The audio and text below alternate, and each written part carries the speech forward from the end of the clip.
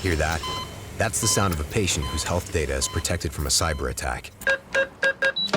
And that's the sound of a financial system that's digitally secured from bad actors. Right now, there's an invisible war being fought on a digital battlefield that impacts what we do every day. That's why at Peraton, we do the can't be done to help protect the vital systems we rely on. Because if we don't, the alternative is unimaginable. Peraton.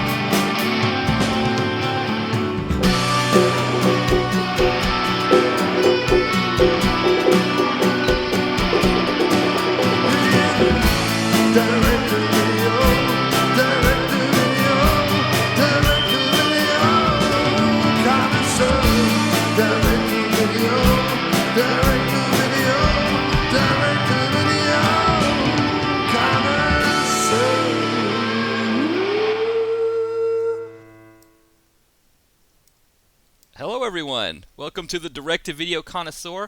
I am Matt, and as always I am joined by Jamie. Jamie, how are you tonight? I am doing very well tonight. I'm in a good mood. I'm in a good mood too, and I want to say before we really jump right in here, we have great news from last night as well. Jamie, your music podcast was back on the air last night. It was, and I was really excited about that. It was a fun time, and you and Jen were there listening, and I really appreciate that, and having you guys around. It was a lot of fun. I always forget exactly how much fun I have doing that show until I do it, and I'm like, holy crap, that's fun. It's a lot of work leading up to it, because it takes me a really long time to curate the music for the show, and then not only that, but I like to drop little tidbits about each entry that I have on the show. So I'm not just playing music. I'm playing music and then talking about the music that I'm playing, maybe telling why I'm playing it, but I always like last night's show, I started my series of TV theme songs, which I'm having a great time with.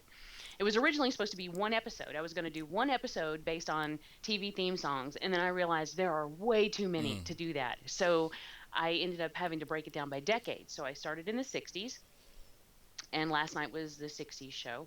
And that was a lot of fun, but it takes me a long time to curate the music and then also go back and do the research and pull interesting facts or whatever I feel like talking about. But it's all worth it when it's said and done because I really have a good time.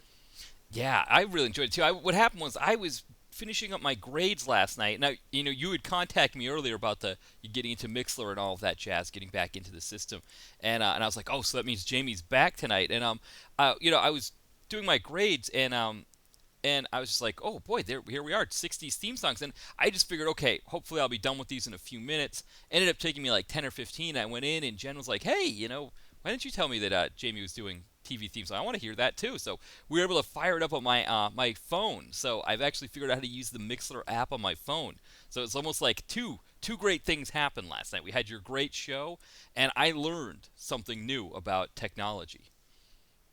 Awesome. And Yes. I learned that if you want to pull clips of news events from the 60s, you have to be prepared for some really depressing shit.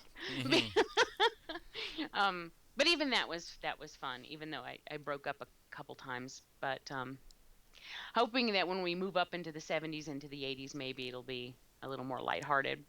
Yeah, as long as you stay away from New York in 1977. That seemed to be a rough year in the 70s. But otherwise, you had some fun ones. Watergate was a fun one, I thought. Yeah, woo! Yeah, that was a fun time. I always think that's a good one. I don't know. NBC will tell you that Saturday Night Live starting in '75 was a seminal moment in the '70s. Us growing up in the '80s don't really remember it being that big a deal, but now in 2015, it was a seminal moment in American history.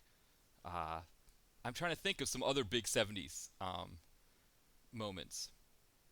It seems like they all happened in New York in 1977, but that's just all at once right there. Well, I just wait for the show, and I'm sure I'll drop some. I'll drop some on your head That's right. when the show is going. Playing that right along next to the theme song for Welcome Back, Cotter. Oh, what a great one. Yeah, the 70s had some good ones. It had, Yeah, oh, I'm good looking forward to that. good times. Oh, that was a great theme song. That's on my list. Is it? Yeah, and I mean there really are some great ones from the 70s and the 80s. The 80s are just overflowing and stuff. I can't wait for the 80s because it's going to be stuff that people, I swear, will have completely forgotten about. Yeah. And they're going to be like, what? So, some stuff that, oh, I see Mike Merriman's here. And Yes. one of those that I'm going to play from the 80s is actually, I was going to aim that one straight at him, and it's Small Wonder. Remember the Mm. show? Creepiest show in the history of television? Maybe? One of the, maybe, right?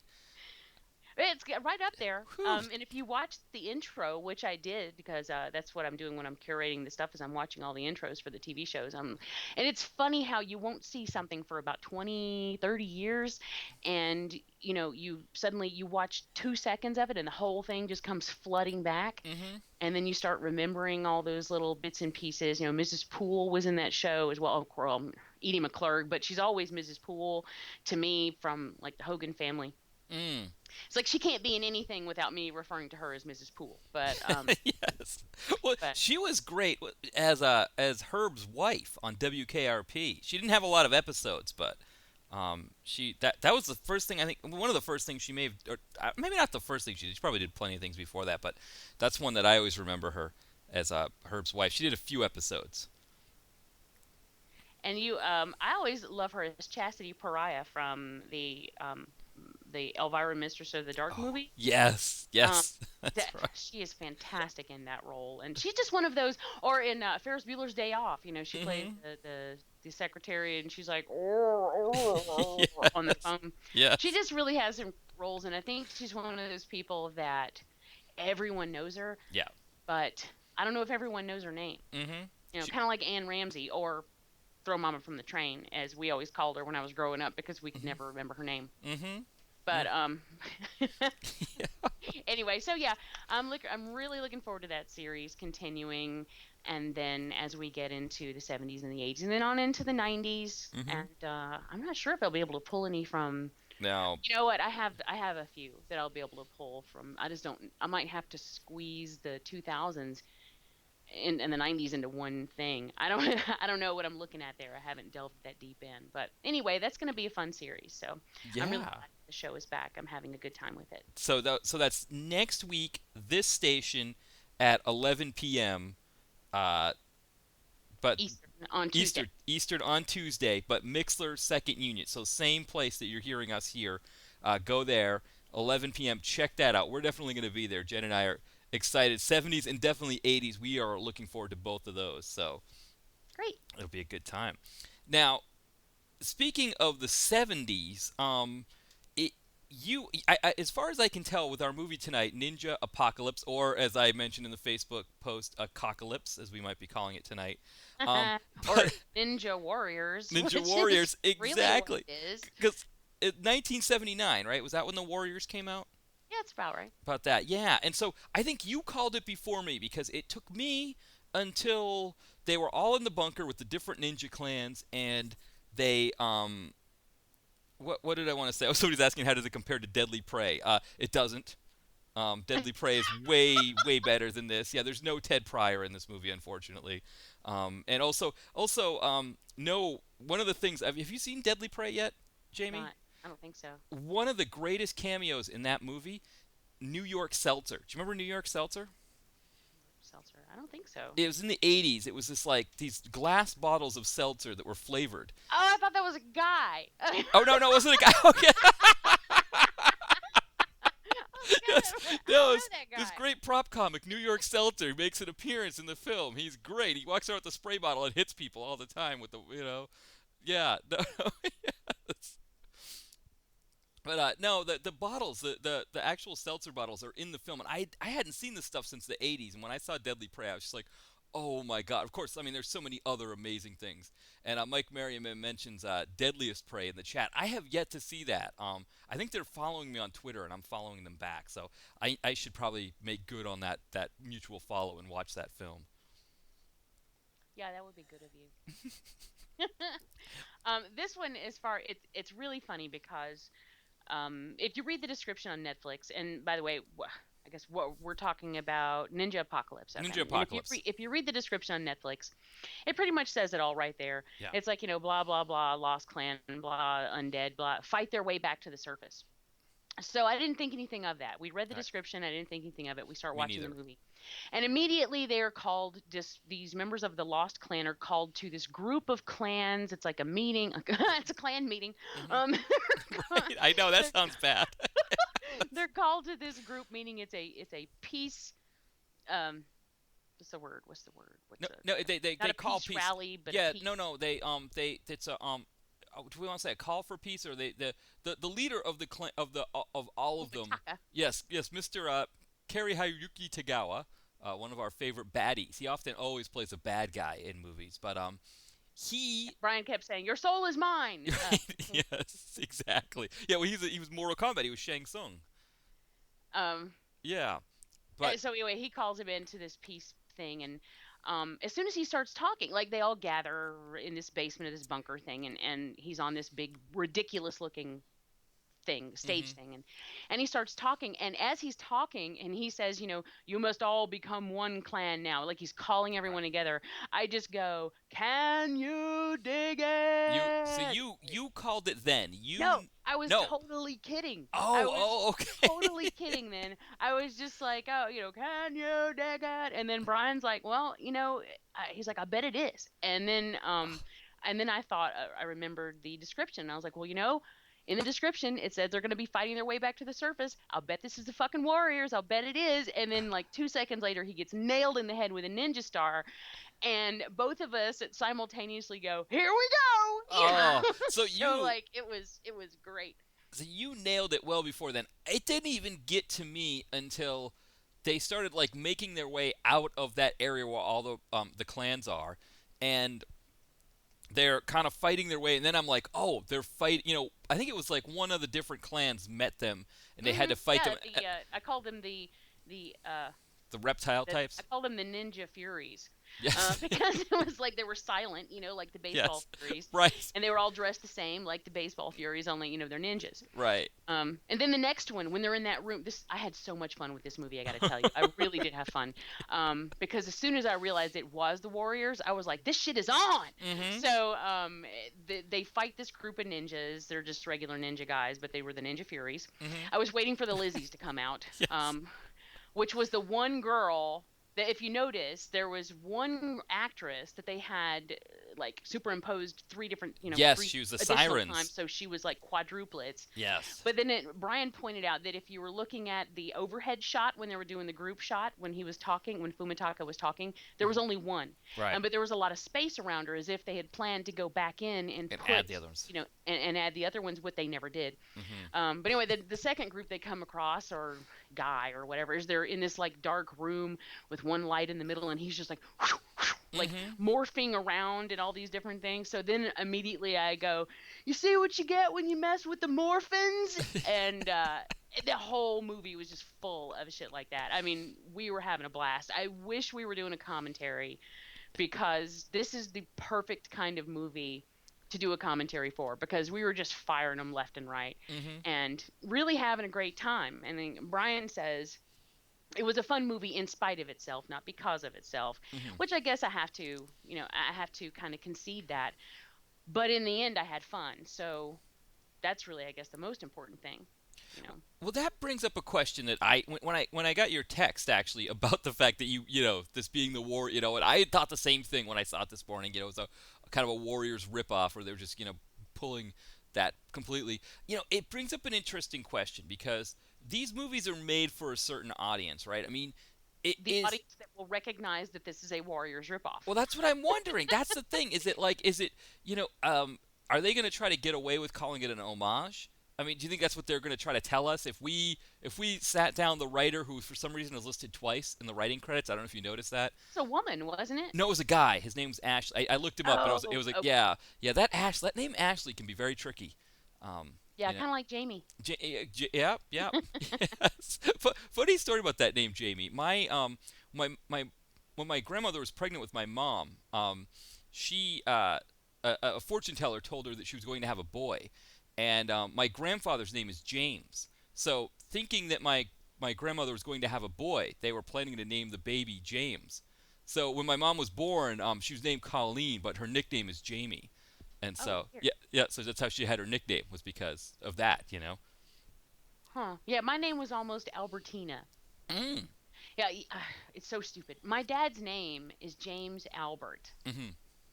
and he wanted to name me Albertina. I'm like, why in the hell would you do that? Because my grandfather's name was Albert too, I guess. Right. And I'm like, no, why would you do that? And my mom, bless her, Yeah. said no, put the kibosh on that and called me Jamie instead. And I'm like, thank you, Jesus, because can you imagine? Albertina. I That apologize to any Albertinas who are out there, but that is just, I just, no. it's a different ring to it, doesn't it? A And bad one. as always, I'm joined by Albertina. Albertina, how are you doing tonight? I mean, I could be Birdie, I could be Tina, Yes, right, Birdie. Yes, Birdie. Al, Al. I don't know. It's endless. Mm. But anyway, sorry. Well, We so were talking Ashley, about a movie here. Ashley, Yeah. who was listed, Ashley, who we thought was a woman, is a guy. He's listed twice in the directing credits. He wrote the screenplay. He was the writer, and then the screen. I don't know. There was something up with that. I don't know why he was listed twice. But yeah, I mean, this story, it cops from a lot of places. It really doesn't seem to. I don't know if it had an original bone in its body. The Warriors, Star Wars. Oh my goodness, You yes. know, Because suddenly they're Jedi warrior and Jedi ninjas warriors, and Brian and I also had a great deal of fun with that. yeah. Um, yeah, I mean it does. It pulls from a lot of different things. So basically, this is like a fanboy movie. Yeah, it's kind of like it's either fanboy movie or unoriginal boy movie. It's kind of like when you think about when you were a kid, when you were like in elementary school and you had to write stories and you just kind of started piling things together with your friends, like Spider-Man is fighting He-Man and GI Joe is Cobra's there and all that stuff, and it's like all of that stuff in together. It's almost like they did the same thing with this movie. Like, oh, we got Street Fighter and we got Star Wars, and so it'd be like Obi-Wan is fighting Well, against yeah, Ryu. because the lead guy's name is Cage. Right? So Yes, every time they Cage. called his name, I'm like, Johnny Cage? Was it? um, there was another one too. I can't remember. And then you had like, we had a kind of a fun discussion. And this brings up a question. This is a serious question. Shaq, or What was his name? Ray or or Faye Michael or Clark Duncan, Michael? or Yeah. the big guy. He's the big deaf and dumb guy. And I hate referring to people who can't talk as dumb. I don't know if that just bothers. I mean, I know Yeah. it's a different connotation, but anyway, the mute. Mute. I was like, you know what? How does a mute go about earning their SAG card? Right. Because you get your SAG card when you get a line in a movie. And Right. what brought that up was Brian came in. He's like, man, that guy hasn't said a word all movie. And I said, but he was like, but it's clear they haven't hired him for his acting talents, because he's just punching people and big huge guy. And I was like, yeah, he's a deaf mute. And he's like, oh. And I'm like, wait. How does a deaf mute earn his SAG card? I'm like, you're gonna tell me that he goes through this whole movie and he busts his ass on this entire movie, and he doesn't walk away with a SAG card, Well, at least? I And I'm like, what does he do? And I was like, unless he pulls out some Silent Bob shit at the end, and it turns out he wasn't really mute at all. Right. Like the Sphinx in Gone in 60 Seconds. Right. But but. And we're like, I don't know. And he's like, well, if he signs a line, does that earn him his card? And I was like, I don't know. Maybe we should ask Marley Matlin. I don't know what the rule is. Well, because about Marley that. Matlin always speaks. If you That's true. Yeah, she Does does. sign actually language speak. count as speaking? Does sign language count? That's what Brian said. So maybe it does. Might be. Well, I would think that. And he did have a couple of signs. Like there was that one, like, smash it. When the two guys were fighting, when Swan, Mm-hmm. and um, and he's just like he pushed him apart, and then he's like smash, like stop the fighting. I Mm-hmm. guess that counts as sign language, so maybe he did get one. I don't know. Yeah, because you think, isn't there an act, wasn't there a congressional act about people with disabilities at work? Hmm. Wouldn't that fall under that? Um, sort of. That's interesting to me, though. I'd look into that. Yeah. I mean, it's possible that he may have already had his SAG card from something else, and so he's. He's covered. He doesn't care. Yeah, but still, I mean, that was one of the jokes in Black Dynamite was that there were a bunch of extras, and they were asking somebody information like, "Where's so and so?" And they all kept like shaking their heads, and somebody said to somebody else, "Oh, they're extras. They'll never tell you anything." Um, and so that was like kind of the joke, like, "Oh, they're extras. They can't speak." So. But the other joke, have you ever seen Pool Boy Drowning the Fury? Yes. Yeah, oh, that was a great. Remember that one with Jason Mewes played a guy who didn't have a SAG card. And, Oh my God, yes. yes, and he tried to act in a film by having St. James, Street James, say his lines over him, dub it over. The SAG ends up breaking in and arresting him. That's funny. Yeah, it's funny how these movies, see, this is the thing. If you're making a movie, I think this is a big deal.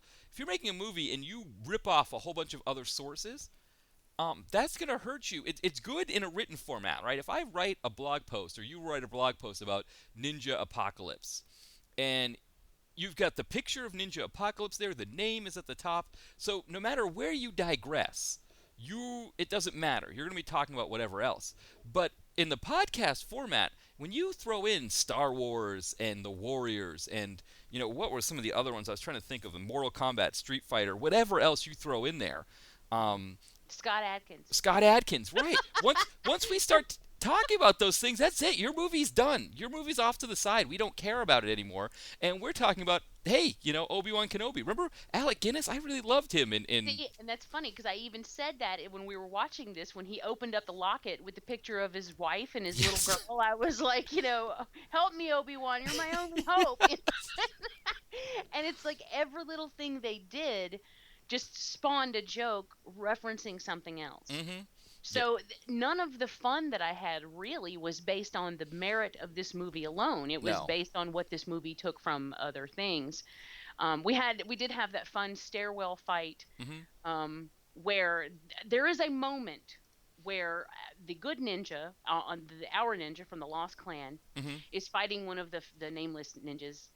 And the nameless ninja actually slaps him on the face. I mean, as part of the choreography for this fight. And I'm like, I don't remember that from ninja school. Is that a ninja move? Yes. They just slap you across the face. Yes. So the choreography was really not all that great. I mean, some of it was kind of fun, but some of it was a little bit weird. Yeah. And well, that's bizarre, but also it was loaded with digital blood, which Oh, I was thinking about that. I was like, Jamie's going to have something to say about that one. I didn't like that at all. Yeah. I will have to say that by the time we got to the end of the movie, I said, whomever's responsible for these special effects has mastered electricity and lightning bolts. They got that shit down. Yes. But the blood not so much, because Yeah. apparently black ninjas bleed black blood. That's what I that know. was. Well, you know why? They were trying to emulate, I think of, I don't think it was Yojimbo. I think it was Sanjuro. Where the end of the film, Yojimbo, the samurai, he confronts another samurai as he's leaving the town, and just in one move, just cuts him with the sword, and the guy's just gushing blood like a fountain.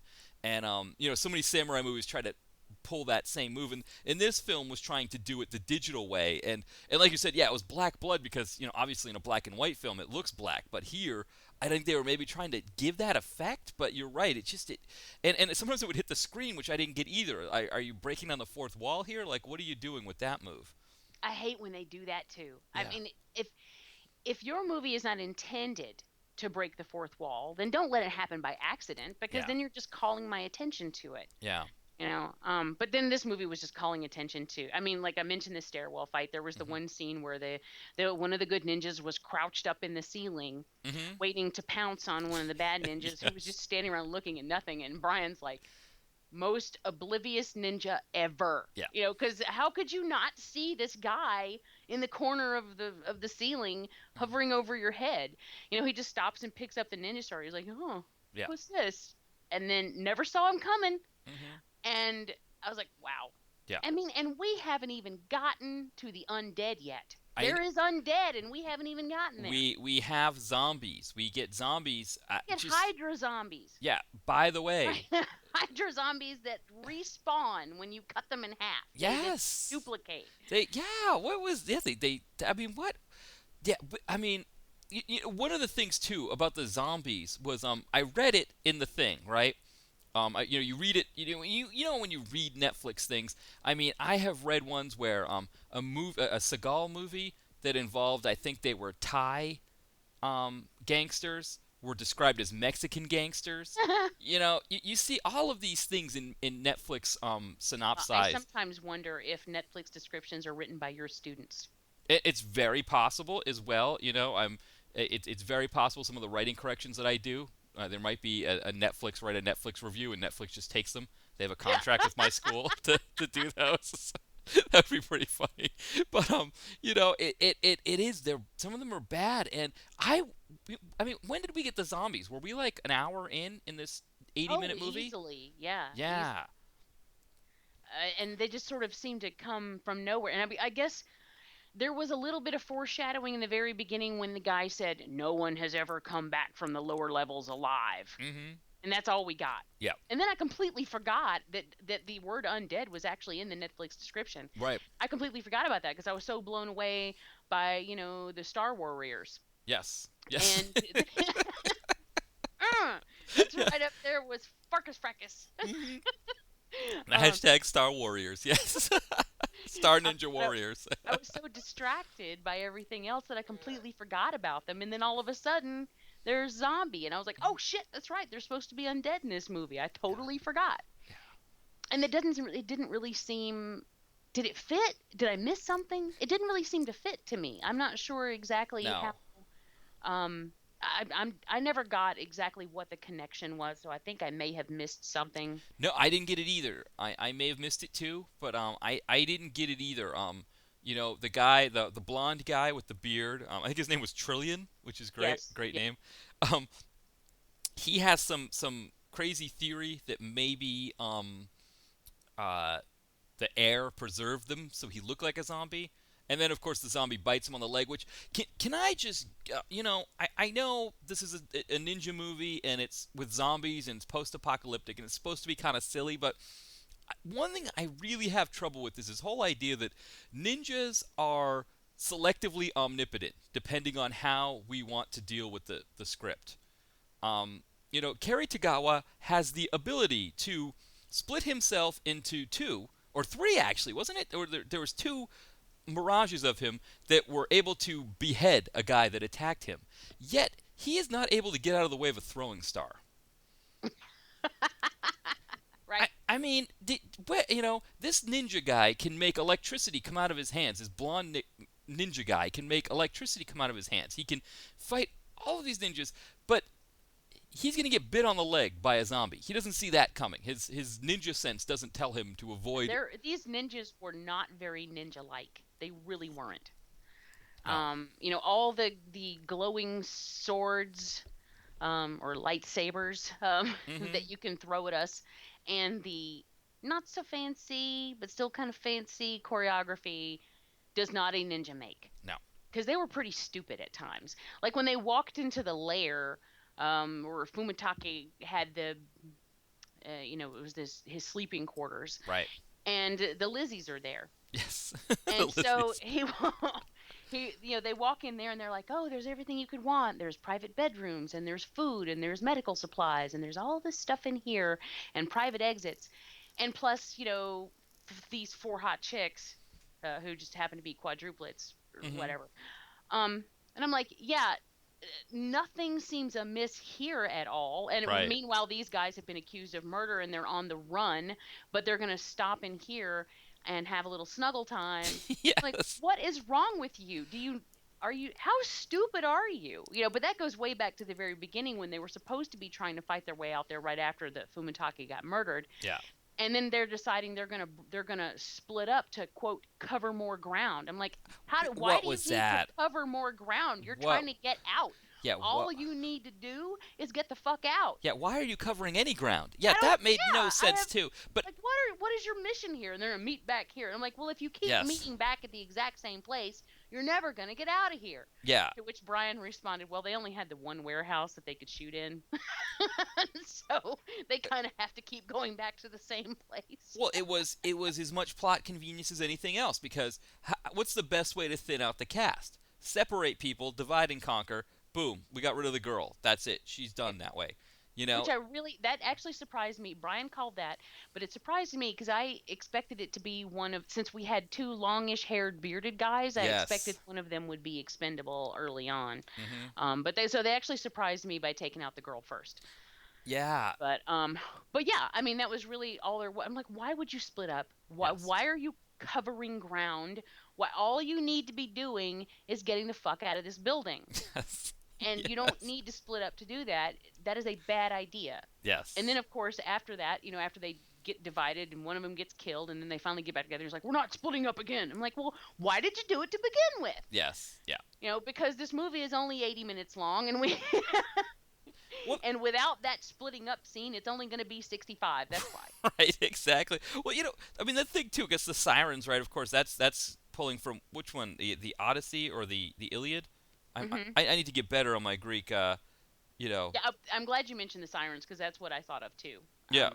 And so that's where of course, too, you think of if our main character is Ulysses, right? He's dreaming about his wife that he left behind, I guess, as well.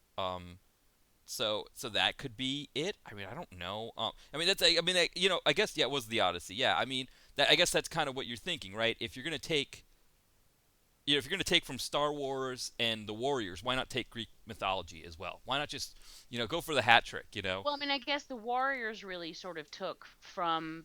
I mean, they took from their own thing, Right, yeah.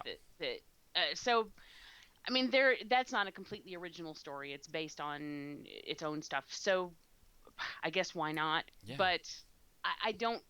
The thing is that the Warriors did something. They took an actual story about real people and then made it interesting and different. Mm-hmm. And this just did that same thing all over again. I mean, it didn't really do anything interesting calling them ninjas does not make it different. No.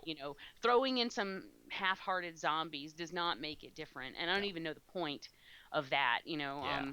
If one of those zombies had come down the hall clicking some beer bottles with, with his fingers, then I would have got a kick out of that. Ninjas, come on.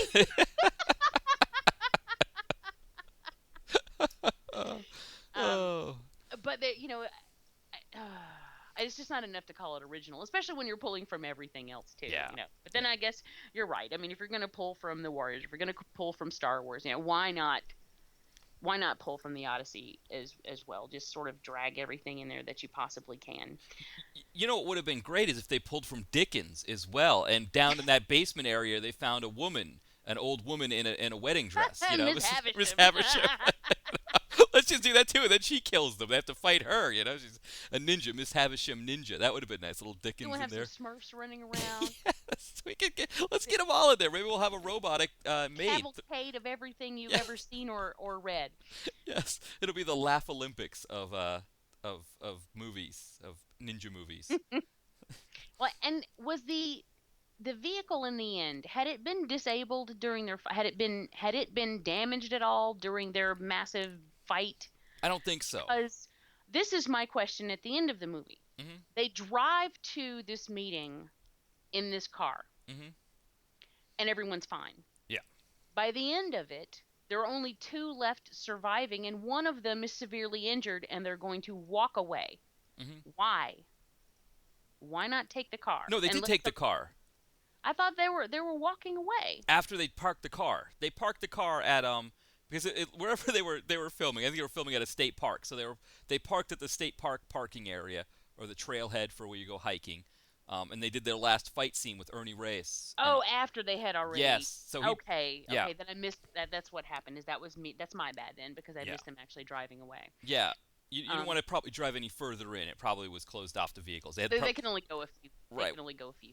Yeah, we couldn't see the chain that was blocking that access area Right. for the hikers, that you can only walk that far afterwards. But Or or like park rangers only. right, yeah, somebody was. Yes, exactly. That was another thing, is the big battle that we have at the end. We have this huge battle brewing between Cage and Ernie Race Jr.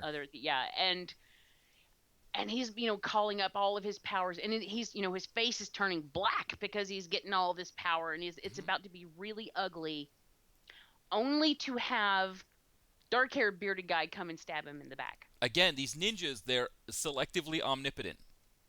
It's like you didn't feel that coming. Yeah. And then, myself, I was kind of surprised because he was supposed to be resting. I didn't expect him to be up and about. But but then it's like that was kind of a letdown. Yeah. Because you see him just drawing all of this power, and then it's like someone pulled the plug. Yeah. Just like that. I was like, well, that's not much of a big battle. No. Except I guess they figured maybe if he had been allowed to reach his full power potential, there's no way that Cage could have beaten him. Maybe that was why they had to do it that way, because it would have been bad. But I'm like, well, then the hero, and I guess that sort of makes the other guy, he's like the dual hero. Yeah, I don't know. Yeah, I he just was kind felt of a like douche. it was, yeah. Yeah, well, he was the first one ready to hop in bed with a Lizzie. Yeah. And I felt like, I just felt like it was sort of kind of a dud, kind of like oh, here we go. He's drawing in all this power. He's drawing in so much power. His face is turning purple black. And then, and so, like, oh, okay, well, that was it. That was the end. But except for we get that totally unnecessary sword extra death at the end, where the one guy, after they walk away, one guy's like, I'm gonna extra kill him. Yeah, Becker. His name was Becker. I didn't get that either. I didn't get his name. Yeah, his name was Becker, and he was gonna. Yeah, he was Dr. Becker. Gonna I guess. kill him deader. Kill him. I know. Yeah, that was weird too. Yeah, he's like, we already killed Ernie Reyes Jr. I mean, did he? I don't. Yeah, he's got to go in there and behead him or something, and that was just. I got a bad vibe that this thing is trying to set up a sequel, which we've had didn't we have another movie like that tried to set up a sequel recently, and it was in the yes, but I can't. Was it that P90X movie that we watched or whatever it was called? Yes. Yeah, that was the same. I mean, you gotta get that first movie done. You gotta P90, whatever it was called. I just got that. Though. That's hilarious. Yes, whatever it was. 849. Yes. Yeah. That 8675309, whatever it was. It was whatever that movie was. But this has got to be. I don't know if maybe we should go and do like a tour of the country, of the screenwriting classes throughout the country in the different film schools, and get in there and just do, if we could maybe do our own 45 minutes for a 45-minute lecture on why it's important to write the first movie before you start thinking about the sequel. Never write the first movie with the sequel in mind. Yeah. I mean, because... Well, I mean, I think if you're planning to do that, if you don't have something big and major, like, a Lucas series in your mind, or like Harry Potter, bad example for movies, but you know what I mean. Yeah. If you don't have something epic that you're ready to pin, then that's just a bad idea, because it ends up leaving your ending short. Yeah. If you don't know that your movie is going to be that good, right, then I wouldn't bank on it. Yeah. I mean, if you are, if you're Peter Jackson, or like you said, doing the Harry Potter, if you're doing some sort of established series of books, then yes, you can do, if you're trying to cut David Copperfield up into three movies, and you've already got that set up, then yes, obviously you make the first one with the sequel in mind. But if you're doing Ninja Apocalypse, you need to get everything in that set. Maybe you can leave a little bit of a hanger if you want, but man, I need a complete story in here. You can't be setting things up for the next movie. You need to hit the home run here, because you might not get another at bat. It doesn't look like you're going to get another at bat with Ninja Apocalypse. No, and there have been a handful of films, two that I can think of right at the top of my head in the horror genre. Hmm. One was Automaton Transfusion, which actually got a lot of it got a lot of press when it came out. And there were some really interesting things about that movie. There were some bad things about that movie, but the filmmaker was a real horror fan, and like I actually like him quite a bit. He went on to do the um the remake of Silent Night. Was Silent Night Deadly Night? I think the remake's called Silent Night. Hmm. Um anyway, but there were some good things about it. There were some bad things about it. But it ended with a to be continued. Hmm. Like an actual on the screen to be continued at the end. And we've never seen the rest of that movie. And that was about 10 years ago. Hmm. And another one was last year, year before, maybe it was year before, called Munger Road. Mm. And that movie was so bad. I mean, really, really bad. It was so bad I could barely make it through the first one. And they had the nerve to end with a to be continued. Oh. Like an on the screen, we've got the balls to say we're going to be continuing this movie on the screen, as if anyone were going to give a damn about seeing the rest of that story. And that what ended up happening really is that no one gave a damn about seeing the rest of that story. The first part of the story was so horrible that no one cared to see how it ended up. Hmm. And that's you shoot yourself in the foot Yeah. with that. You cannot bank on having multiple titles when yeah what am I saying? Oh, when you don't know for a fact that the first one's going to be that good. Right. So Yeah. Brian just noped about something. What's he I noping think about? I think he might have been noping about the first movie you discussed. Oh, Automaton Transfusion. Yeah, he doesn't Yeah. like it. Yeah. I am one of the few people who give it a little bit of credit. There were some things in it I liked. Notably, it's a zombie film, and most notably, there was a scene where at a party, a zombie reaches into a pregnant belly and pulls out the fetus and starts chomping down on the fetus, which I just stood up and cheered for. I thought that was fantastic. That's the kind of thing that you just don't see that often. Nowadays, you'll see it a little bit more often than you did back then. But I was just like, woo! I mean, it's hard enough to get people to have the balls to kill a kid in a movie. I mean, no one really wants to go there. No one wants to touch that. Hmm. For nowadays, everything's a little more nihilistic, and people are more willing to do stuff like that. Yeah. But back then, it was a difficult, kind of a touchy subject. And for this zombie to actually just punch through a uterus and pull out a fetus, that was insane, and I loved it. And so I just love the balls behind that. So I Hmm. give it some credit, but most people, I'm one of the few people out there who actually give it some credit. Most people don't. But Stephen C. Miller is the filmmaker behind that, by the way. And it has its problems, but I wanted to see a sequel to that film. Have never seen it. It's never been out. And I think that's because the majority of the people probably didn't. Yeah. You know? I was gonna say for me the best to be continue movie. This movie I don't know if you've ever seen it. I reviewed it on the blog. It's one of the kind of like my top 10 DTV films. It's called Baller Blockin'. Top 10 in a kind of a silly way. Um, but Baller Blockin' was made in I think like '01, '02 when remember Juvenile rapper had that song Back That Ass Up. Oh, yes. Yes, and so that was when the Cash Money Millionaires. That was Lil Wayne was young at that time. Birdman. They were all like riding high off the success off that song, and they were successful with some other things, and so they decided to make a movie. And I don't think they understood what was involved with making a movie, even just a low budget thing. They just thought, we've got all this money, let's make this baller blocking movie. It had, do you remember the crackhead in Friday?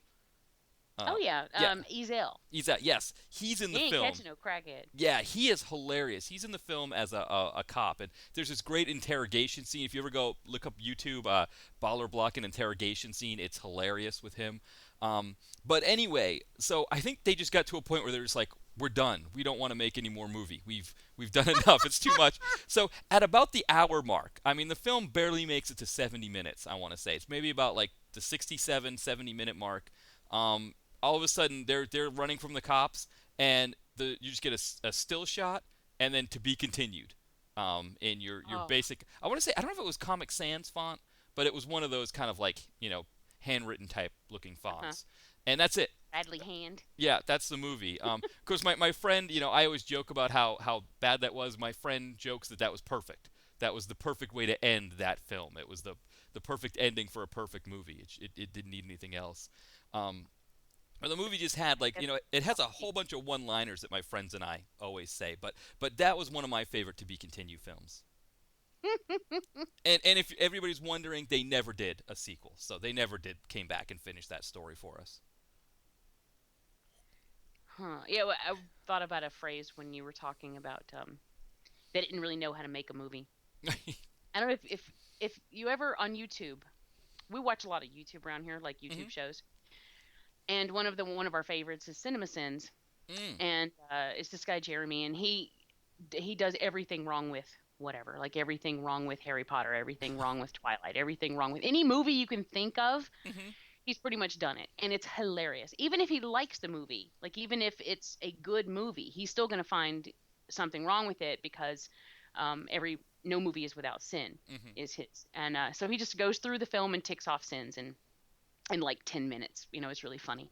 But one of his phrases that he uses all the time, and we use around our house now, is movie that doesn't know how to movie. So, and he actually used that recently when he was doing everything wrong with Showgirls. Nice. which is one of my I'm not going to call it a guilty pleasure movie because I don't believe you should feel guilty about pleasure. If you like something, then you just like it. And I refuse to feel guilty about liking something. I love Showgirls. Like that is a fun movie for me. And so this was a really fun episode, but he's like, movie who doesn't know how to movie, thinks it's okay to blah, blah, blah. And anyway, that's what made me think of. And that really wouldn't be too far off from this movie. Yeah. It doesn't really, at least not on its own.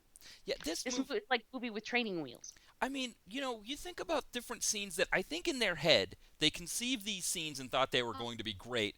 That like one of my favorite scenes in this film is do you remember the fireball snowball fight? Where their Becker's grew, a Becker's clan, I guess, can throw fireballs. But they don't really throw them like the way, Ryu or Ryu throws them in Street Fighter.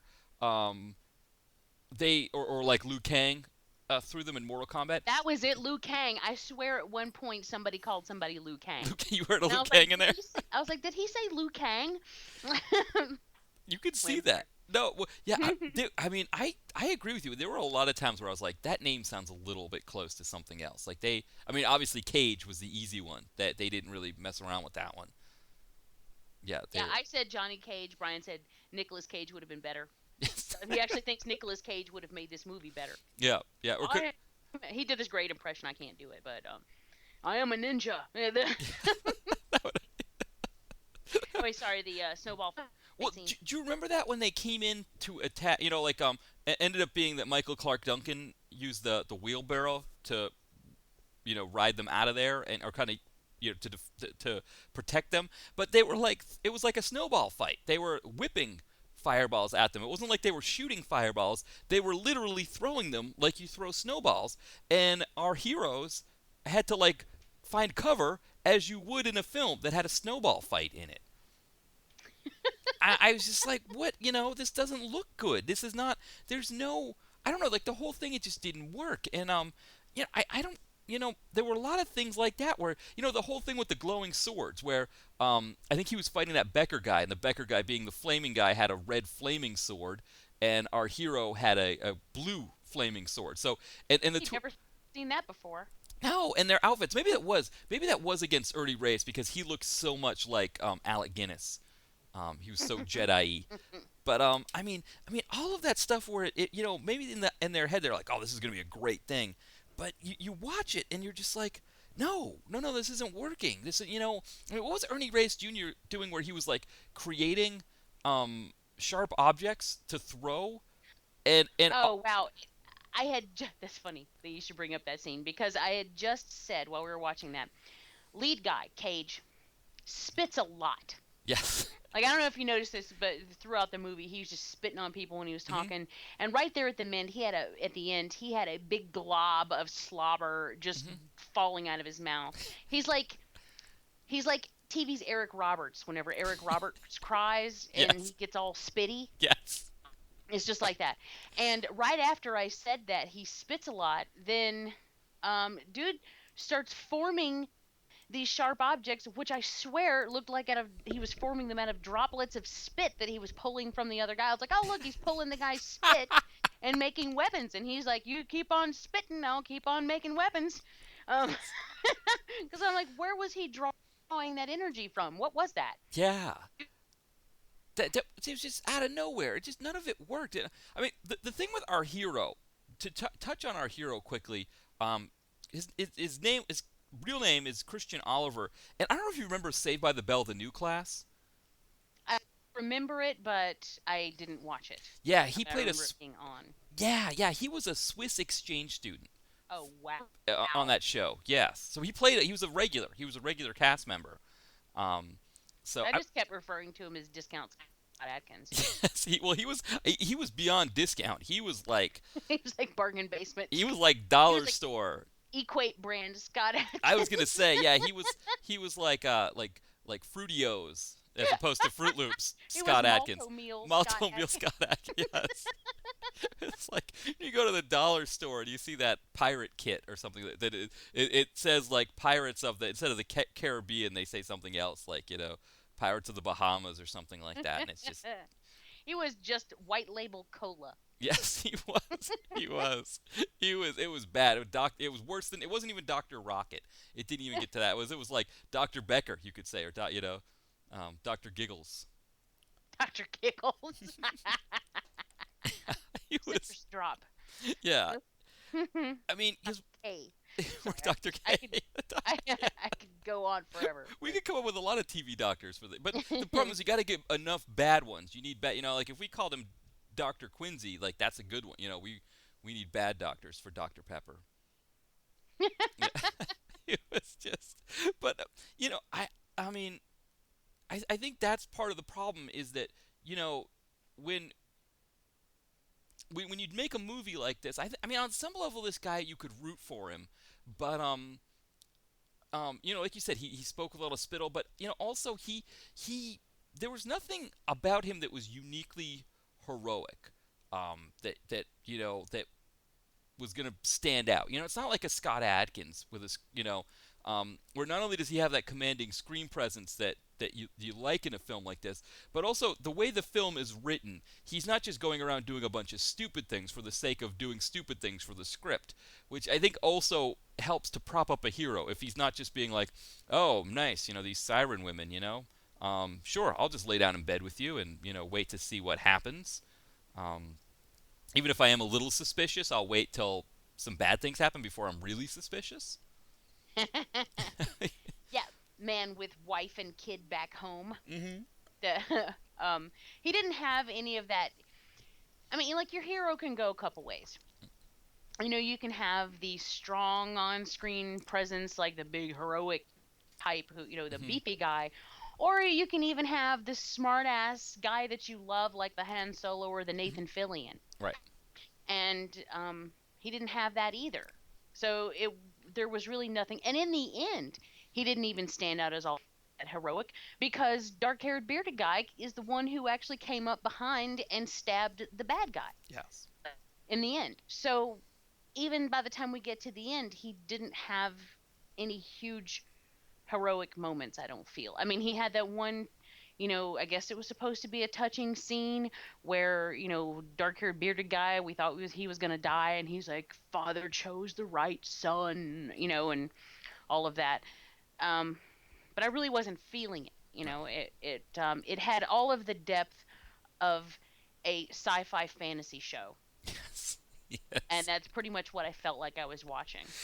Yeah, I mean, this show would be great in syndication on it. This would be, I would watch this every week if it was on at 2 in the morning back when they used to do those old syndicated TV shows.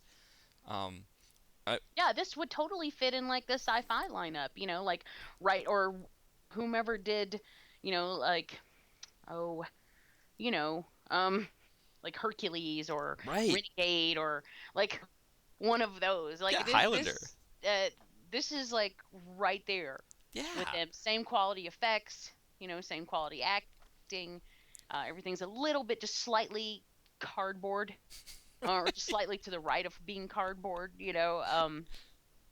Like we even in the very beginning we had that horrible green screen moment where it was like a matte painting. I don't know what the hell that was when they were walking into the bunker, but it was the outside shot and nothing was moving. Mm-hmm. Like in the background, there was like this big fiery thing in the background, but nothing was moving. Like none of the clouds were moving.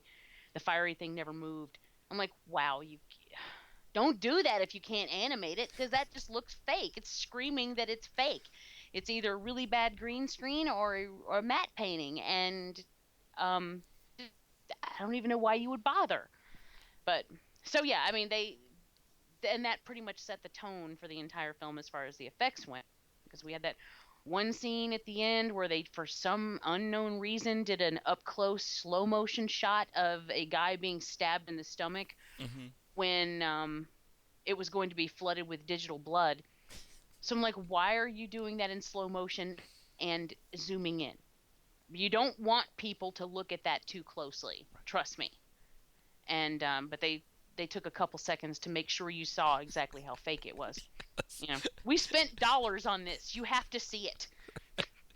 Yeah, that matte painting thing you mentioned. Jen and I watched Airplane just before we did the podcast tonight. So that reminds me of Robert Stack driving down the road with the horses behind him, and Yes. that would have been better. Maybe a guy falling off his bike as opposed to that matte painting that they had in the background would have worked a little better. Yeah, I mean, hell, the movie's going to be taking for every place anyway. Why not just grab from Airplane too? You There you know, we'll go with it. Maybe they something else to talk about. right instead of the guy being deaf, he talks jive, and that Did Jen watch this one with you? No, no, no. What happened was we had a miscommunication. I thought she was fine with not She watching. thought you were going to be watching a good movie, and then you were Yes, like, no, no. right, yes. Yeah, no. I banged it out this morning before she woke up, and I think it was the right call. She was saying she kind of wanted to see it after the fact, but I think she watching Airplane later today I think was the better way to go. I always love to hear what she has to say Yeah. about these movies. But she managed to dodge another bullet. It's, Although I have to say, as much as we've been trashing this movie and just making fun of it, which is pretty much what I was doing while I was watching it, even with all of that, and even with all of my yelling at them for being the Star Warriors, yes. and these things, this for all the lightsaber moments and the bad choreography at times and the really bad special effects and the all of that. When it comes down to it, I had more fun watching this movie than I have had watching a lot of the movies that we've done. So I have to give it some credit for that. Yeah, I guess. I guess, like Brian says, in spite of itself. But this is one that I can actually say, if people are curious about it, I mean, give it a watch. And to be honest, if I were listening to this show, I would probably want to watch it just to Yes. see all of the references that we're talking about. Yeah, I was gonna say, yeah, my recommendation is kind of like if you were the kind of person that, I guess it would have been like 8 or 9 years ago now, who, maybe you come home and you're a little hammered on a Saturday night, or maybe it's a early Sunday morning, you're doing a term paper and you're procrastinating or whatever's going on, 2, 3 in the morning. If you were the kind of person that watched Hercules or Beastmaster or any of those syndicated shows back then to kill time, Nightman, whatever it was. If you were into that kind of way to kill time as a fun way to just watch something bad, I think this movie really fits the bill. If you're looking for something fun with your friends, or like I said, you're dealing with a bout of insomnia or procrastinating on a paper, I think this is a good 80 minutes of time waster. Yeah, and it's not too terribly long. Because, to be honest, while we were watching it, I actually looked at the clock and I was like, oh, I didn't realize that as much time had passed as it had. I was like, oh, I wonder how long this movie is. And it really wasn't that long. It wasn't a treacherous watch. It wasn't difficult. I had a fun time, and it seemed to fly by. Which, there have been films that we've covered where I'm watching the clock and only, oh, 7 minutes have passed? Why is there? Yes. Why has it only been 7 minutes? It feels like it's been a week. But this was the exact opposite. So if nothing else, I had a good time with it. And when we were rating it on Netflix, Brian gave it a 2. I'm like, no, give it a 3. And he's like, no. And I'm like, yes, please. I'm like, because look, put it in perspective. Hmm. There are movies out there that are so bad, they're not even fun. Hmm. They're beyond bad fun. This one was fun at least. And he's like, well, it was only fun because we were have trash talking it. Hmm. I'm like, yeah, but it was fun. Yeah. So I mean, we had a good time watching it. So I ended up talking him into giving it a 3. When Netflix predicted he would only like it a 1. Ooh.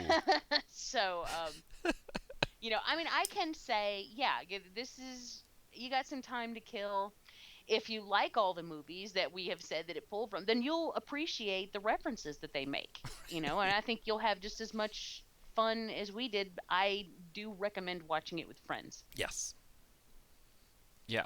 Yeah, I agree. See, I have an interesting. My Netflix ratings are a little different. I was kind of on the fence between 2 and 3 here for this one, so I was kind of in between you and Brian, but probably leaning more towards you.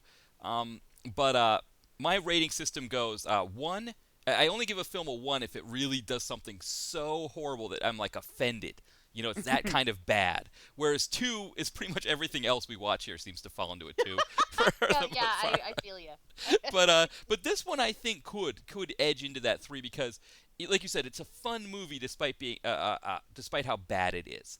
And I think with so much on Netflix, I think to have something you can go to that isn't, like you said, it's not offensive, and it's also not going to be the kind of thing where you're 7 minutes in and you're like, really? I'm only 7. I felt like I was 45 minutes in and I'm only 7 minutes in. I think all of those things add up to, like you said, like a good time killer, a good, fun time killer.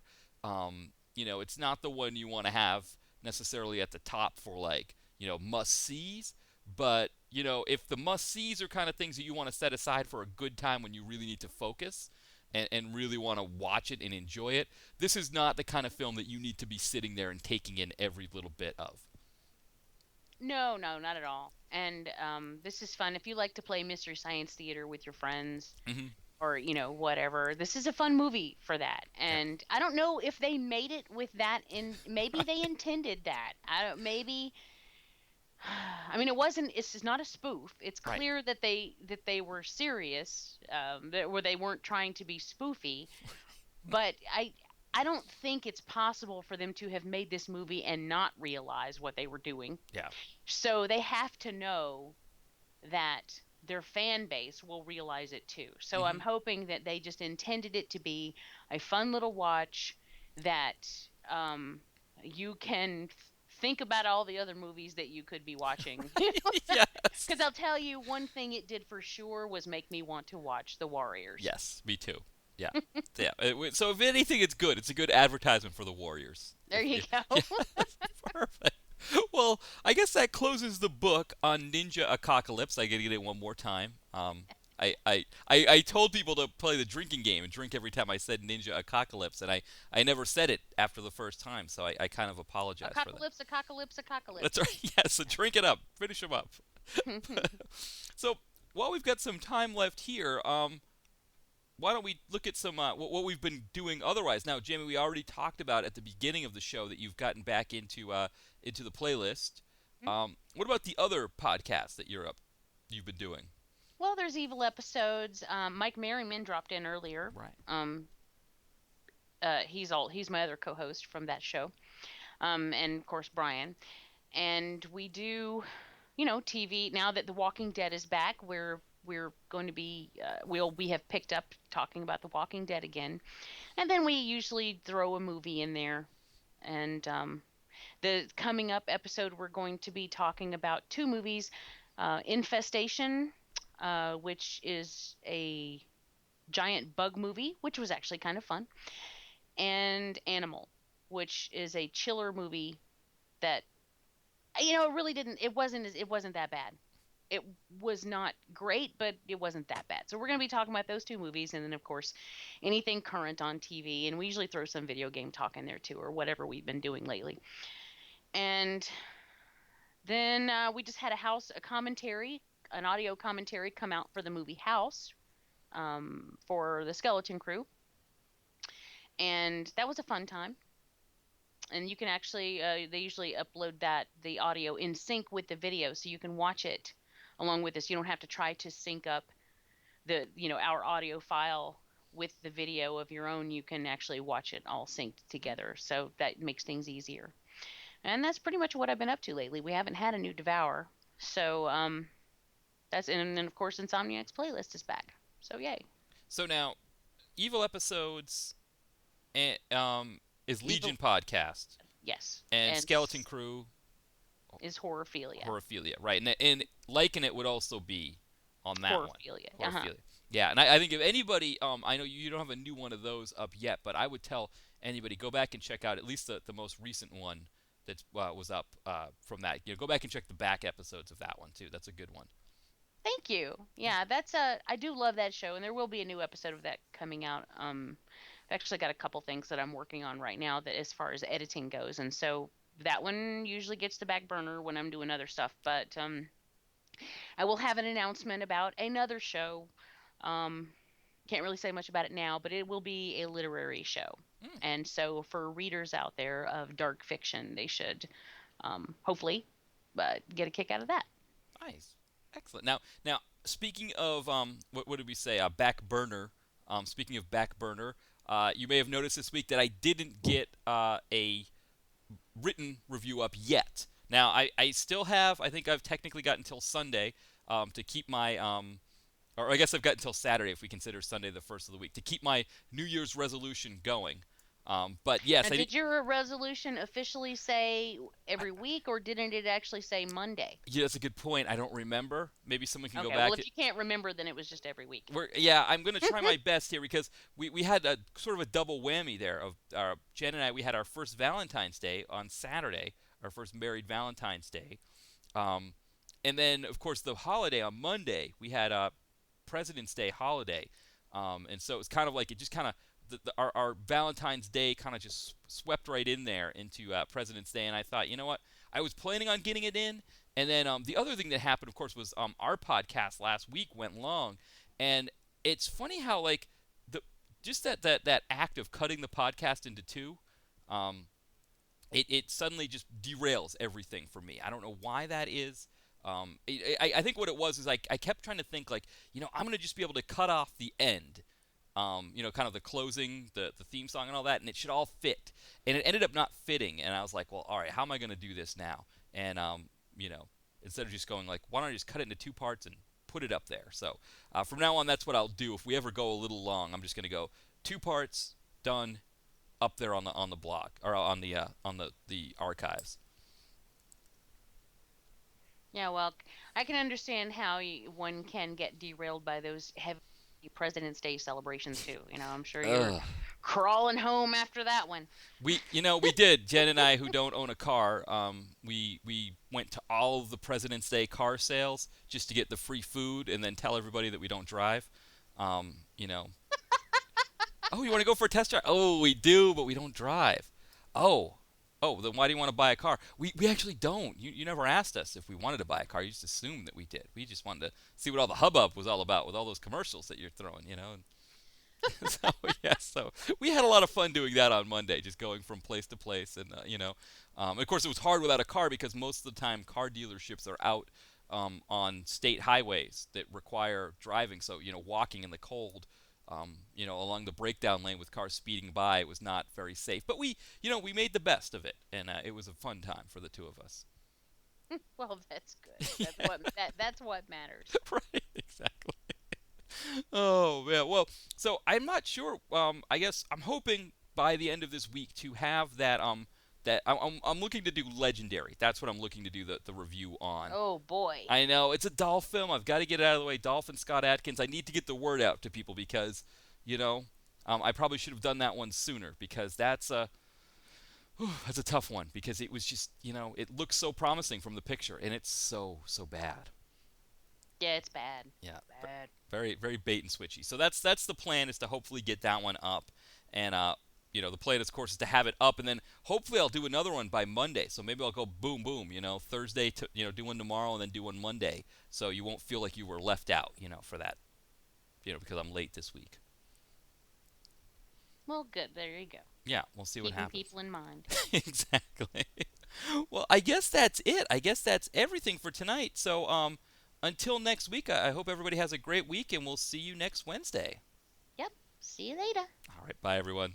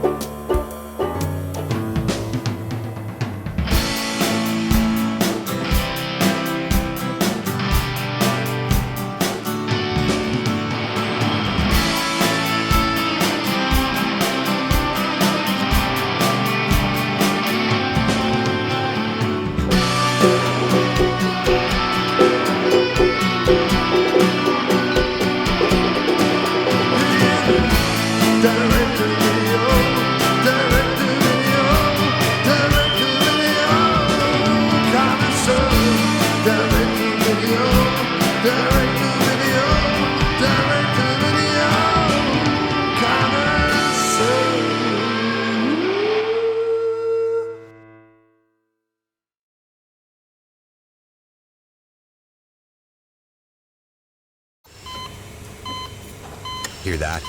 That's the sound of a patient whose health data is protected from a cyber attack. And that's the sound of a financial system that's digitally secured from bad actors. Right now, there's an invisible war being fought on a digital battlefield that impacts what we do every day. That's why at Peraton, we do the can't be done to help protect the vital systems we rely on. Because if we don't, the alternative is unimaginable. Peraton.